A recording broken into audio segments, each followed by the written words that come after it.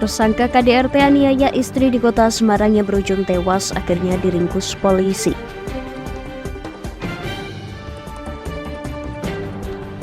Polisi lalu lintas go to school untuk mengantisipasi kecelakaan dan pelanggaran berlalu lintas di kota Brebes. Jelang Liga 2, Stadion Jayakusumo Pati dilakukan pengecekan ulang atau standarisasi.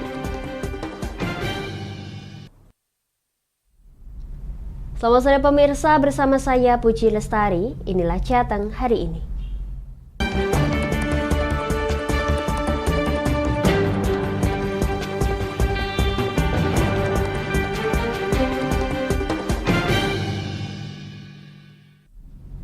Pemirsa, tersangka kekerasan dalam rumah tangga terhadap istrinya hingga berujung meninggal dunia di kota Semarang berhasil diringkus aparat Polrestabes Semarang saat mencoba kabur. Tersangka tega melakukan penganiayaan lantaran emosi, mencurigai istrinya telah berselingkuh dengan pria lain.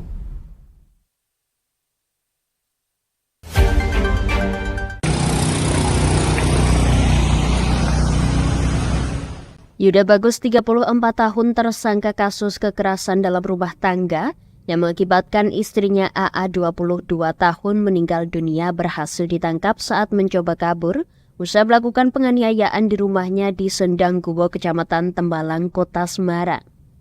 Tersangka ditangkap oleh tim gabungan Resmob Polsek Tembalang dan Polrestabes Semarang tidak jauh dari tempat tinggalnya.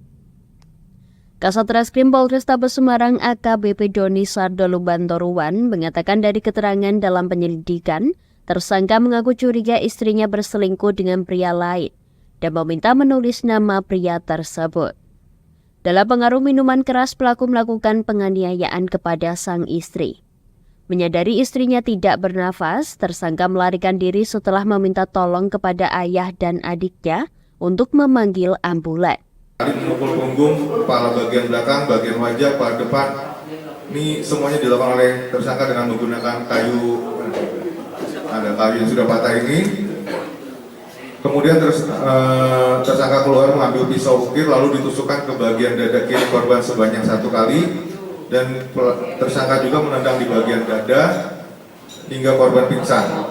Kemudian ketika melihat korban pingsan, tersangka mengambil 1 gayung air dari kamar mandi dan menyiramkan ke bagian wajah atau kepala korban. Dan pelaku juga memukulkan gayung tersebut kepada kepala korban, tetapi korban tidak bergerak. Karena korban tidak bergerak, akhirnya pelaku mengangkat korban ke kamar mandi. Selanjutnya korban disiram sebanyak 2 kali, namun korban tidak sadarkan diri. Kemudian pelaku mengganti pakaian korban, melumuri korban dengan hot and cream dan menyelimuti korban dengan selimut, lalu menyuruh atau meminta tolong saksi, dalam hal ini adalah adik tersangka dan juga ayahnya, untuk membantunya untuk memanggil ambulan dan melarikan dan membawa ke rumah sakit, sementara tersangka sendiri mencoba melakukan upaya melarikan diri. Bahkan sebelum melakukan penganiayaan terhadap istrinya, tersangka juga sempat bersitegang dengan tetangganya sambil membawa celurit. Dari tangan tersangka, polisi mengamankan sejumlah barang bukti berupa balok kayu, alat pengukir keris, serta pakaian korban. Atas perbuatannya, tersangka dijerat pasal berlapis dan terancam hukuman maksimal 15 tahun penjara. Sementara hingga saat ini petugas gabungan unit PPA Satreskrim Polrestabes Semarang masih melakukan pendampingan terhadap 2 anak korban yang masih balita. Dan saat ini kedua anak tersebut dirawat di rumah oleh neneknya. Dari Semarang, Hinufan, Lingkar TV melaporkan.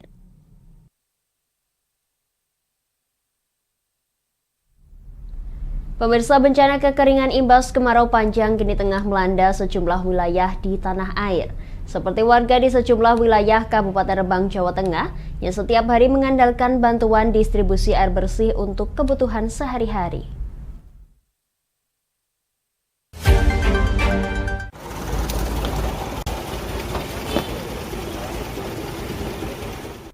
Sudah lebih dari 1 bulan warga desa Kalitengah, Kecamatan Panjo, Rembang, Jawa Tengah, mengalami krisis air bersih. Dampak kemarau panjang membuat warga di desa ini kesulitan air bersih karena sumur dan sumber mata air telah kering.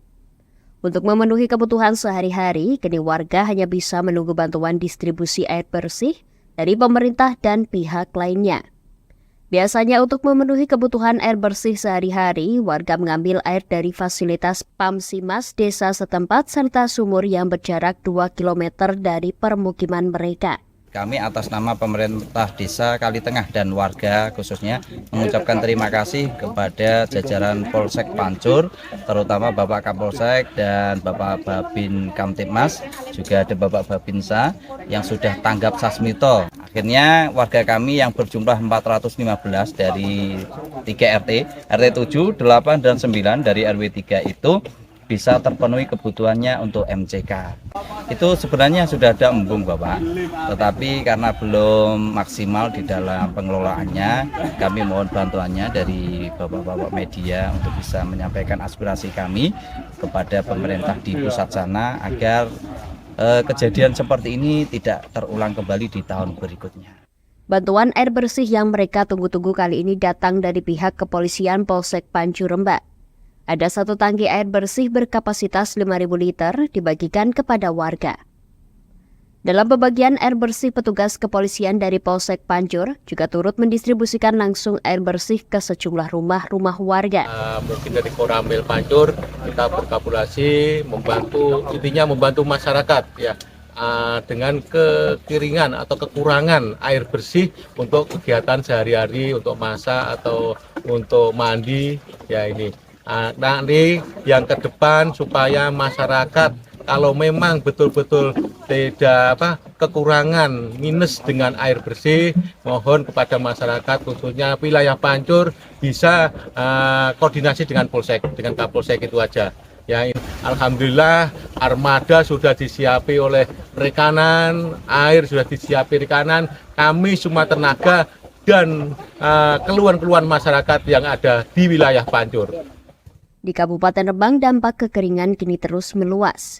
Hingga saat ini tercatat ada 4.873 kepala keluarga dan 11.300 jiwa terdampak krisis air bersih yang tersebar di 16 desa dan di 9 kecamatan. Dari Rembang, Vicky Rio, Lingkar TV melaporkan.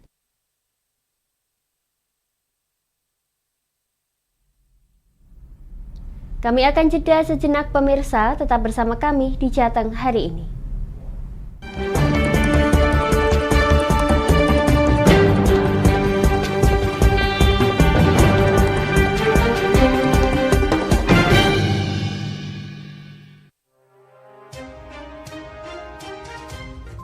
Inilah ketiga anggota komplotan pencuri spesialis pecah kaca mobil setelah melakukan penggelapan 20 sepeda motor dan 2 unit mobil dengan modus retard.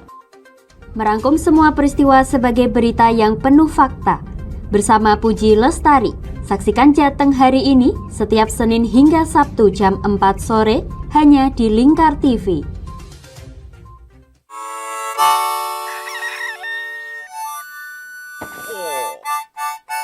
Selamat pagi, Patrick. Selamat pagi, SpongeBob. Apa kalian dua orang bodoh bisa diam? Menemani hari Minggu adik-adik dengan kartun-kartun kesayangan. Patrick, sanjunglah konsumen. Buat dia merasa senang. Halo, hai sayang. Inilah Dunia Anak setiap hari Minggu jam 7 pagi sampai jam 11 siang hanya di Lingkar TV.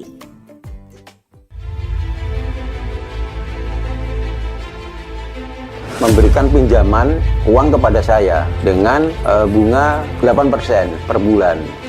Membedah opini narasumber, menggali lebih dalam untuk mendapatkan perspektif baru yang lebih faktual. Masalahnya, nota perbaikan kapal itu semua ada di saya. Kenapa Tomo bisa menunjukkan? Demi mendapatkan informasi yang solutif dan terpercaya dalam Bedah Opini. Setiap Rabu jam 11 siang hanya di Lingkar TV. Bersama saya Galus Karkinanti dalam Sapa Jateng Lingkar TV. Melintas di daerah Sukolilo dikejar sama petugas bea cukai, ketangkap. Membahas dan menyuguhkan beragam potensi dari berbagai daerah di Jawa Tengah ditemani narasumber-narasumber handal di bidangnya. Pencegahan dari awal mulai dari perilaku hidup bersih sehatnya juga harus dijaga seperti itu.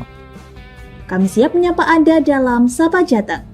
Setiap Selasa jam 11 siang hanya di Lingkar TV.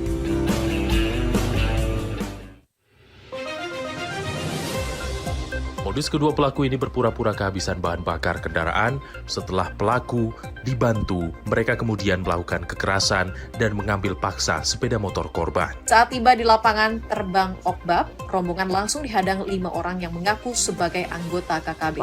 Yakni melakukan bujuk rayu kepada korban yang merupakan santriwati pada momen kegiatan belajar mengajar khusus. Menyajikan informasi-informasi hangat dan terpercaya bersama Kabar Indonesia setiap Senin hingga Sabtu jam 7 pagi hanya di Lingkar TV.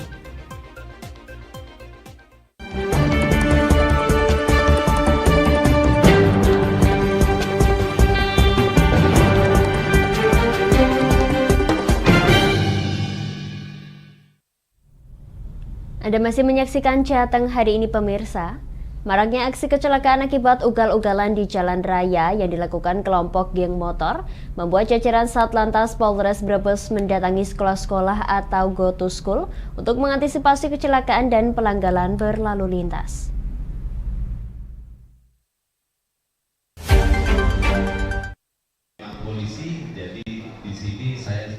Maraknya aksi ugal-ugalan kelompok geng motor di jalan raya saat akan melakukan aksi tawuran sesama kelompok geng motor membuat resah masyarakat di Kabupaten Brebes. Apalagi kejadian tersebut sempat memakan korban jiwa. Mengantisipasi angka kecelakaan dan kejadian aksi ugal-ugalan di kalangan pelajar tidak kembali terulang, Satlantas Polres gencar melakukan sosialisasi ke sekolah-sekolah yang ada di wilayah hukum Polres Brebes. Pasalnya menurut Kasat Lantas Polres Brebes AKP Edi Sukamto, kasus kecelakaan tertinggi berada pada usia produktif termasuk di kalangan pelajar. Knalpot tidak standar, kemudian TNKB yang tidak terpasang, anak sekolah ataupun anak di bawah umur yang saat ini mengendarai kendaraan bermotor juga kami lakukan edukasi sekaligus juga penindakan. Kami juga sampaikan kepada para orang tua untuk tetap mengawasi anak-anaknya, termasuk guru yang masih sekolah juga mengingatkan. Ini jadi tugas tanggung jawab kita bersama, jadi tidak hanya kepolisian saja untuk saling mengingatkan ini, karena anak itu perlu pendampingan.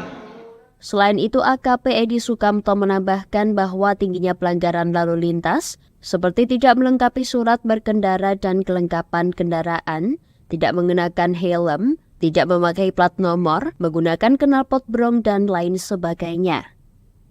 Dari Brebes, Gus Fadilah, Lingkar TV, melaporkan.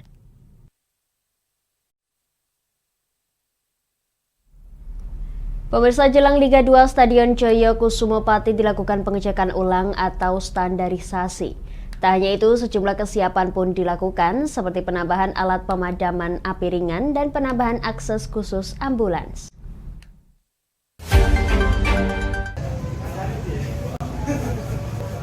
Sambut Liga 2, sejumlah kesiapan kandang klub kebanggaan Pati Stadion Joyokusumo dilakukan standarisasi oleh 2 orang dari PT Liga Indonesia Baru atau LIB yang digelar Kamis 31 Agustus sore lalu. Aspek yang dicek diantaranya adalah garis lapangan, ukuran gawang, ruang ganti pemain, tribun, dan juga akses ambulans. Pengecekan ini dimaksudkan untuk memantapkan sejumlah kesiapan menjelang Liga 2, dan Stadion Joyokusumo akan digelar live streaming 4 kali, sehingga dianggap perlu dilakukan pengecekan di berbagai aspek, baik dari pelaksanaan serta perihal teknis. Zeniko Meisa Putro selaku Ketua Panitia Pelaksana menuturkan telah menambahkan 2 APAR yang sebelumnya telah ada 3, sehingga total keseluruhan ada 5 buah. Dan untuk APAR cadangan pihaknya telah menjalin koordinasi dengan unit Damkar Satpol PP. Kemarin ada permintaan dari LIB karena kan berkaitan sama K3 lah, keselamatan kerja lah istilahnya gitu lah. Jadi ada ditambahkan sama apar pemadam gitu Mas, yang apa namanya semprotan itu loh. Itu terus yang tambahan sama pintu darurat untuk keluar masuk ambulan. Itu nanti dipasang engsel, itu kan pagernya kan ini apa namanya? Masih kecil. Bukan kecil, tidak ada engselnya itu. Oh. Jadi, sementara itu, Sandi Anugrah selaku Football Event Lead menuturkan telah melakukan pengecekan dengan panitia pelaksana, tim medis sekaligus kepolisian. Salah satu aspek yang perlu dilakukan adalah penambahan akses khusus ambulans di sisi selatan dan dari pihak Panpel akan menyiapkan pada minggu ini. Akses nanti kan, tadi udah jadi catatan juga Panpel yang ambulans jalur ini evakuasi, insya Allah nanti bakal dipenuhi.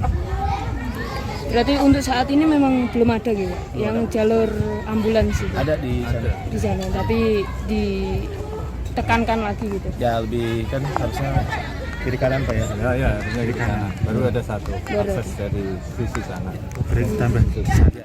Pihaknya menambahkan tahun lalu Stadion Joyokusumo juga telah digunakan untuk gelaran Liga 2 2022-2023. Kedepan Stadion Joyokusumo siap untuk kembali digunakan dalam perhelatan Liga 2 tahun 2023-2024. Dari Pati Mutia Parasti, Lingkar TV melaporkan.